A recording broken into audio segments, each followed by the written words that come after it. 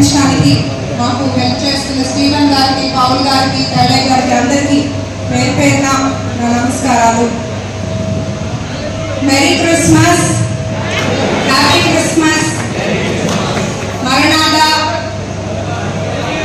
December 25 పాపులను రక్షించడానికి యేసు ప్రభువు మానవ జన్మనెత్తి ఈ భూమి మీదకి వచ్చిన రోజు.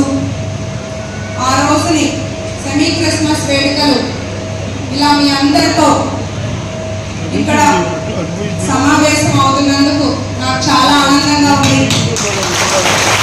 నేను ఎప్పటి నుంచో ఎదురు చూస్తున్నాను మీ అందరినీ ఒకసారి కలవాలని.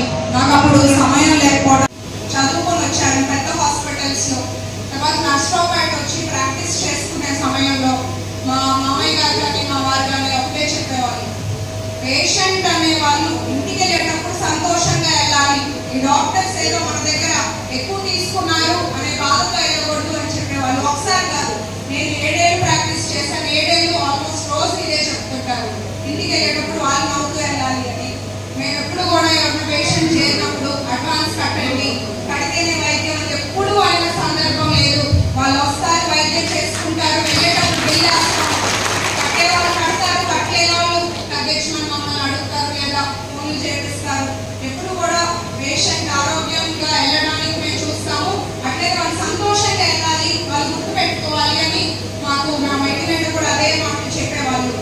ఇలా ఒక సేవ చేసుకునే కుటుంబం నుండే వచ్చాను. ఏది ఆశించి రాజకీయాల్లోకి రాలేదు.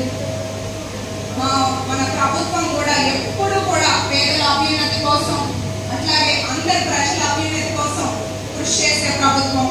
ఇప్పుడు చూస్తే సంక్షేమం అంటారా, గతంలో కూడా సంక్షేమం ఇచ్చారు కొంతమందికి, కానీ ఒక పెద్దవాడికి ఒక సంక్షేమం అనేది ఉపయోగపడుతుంది. కానీ వాళ్ళ పిల్లలకి అది ఉపయోగపడాలి, వాళ్ళకి ఏమన్నా యూస్ఫుల్ గా ఉండాలి అంటే అభివృద్ధి అనేది చాలా ఇంపార్టెంట్. స్కూళ్ళు రావాలి, కాలేజీలు రావాలి, కొత్త కంపెనీలు రావాలి, ఉద్యోగాలు కావాలి. అప్పుడు ఆ కుటుంబం అనేది మెరుగైన ఒక జీవన ప్రమాణాలు పెంచే విధంగా ఉంటుంది.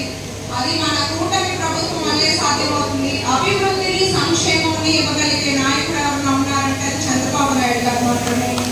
అది అందరూ ఒకసారి గుర్తుపెట్టుకోండి. ఎప్పుడు కూడా సంక్షేమం ఒకటే ఉంటే సరిపోదు. సంక్షేమ అభివృద్ధి ఉంటేనే మన రాష్ట్రం ముందుకెళ్తుంది, దేశం అభివృద్ధి చెందుతుంది. ఇవాళ మీ అందరి ముందు ఒక వాక్యం చెప్పడం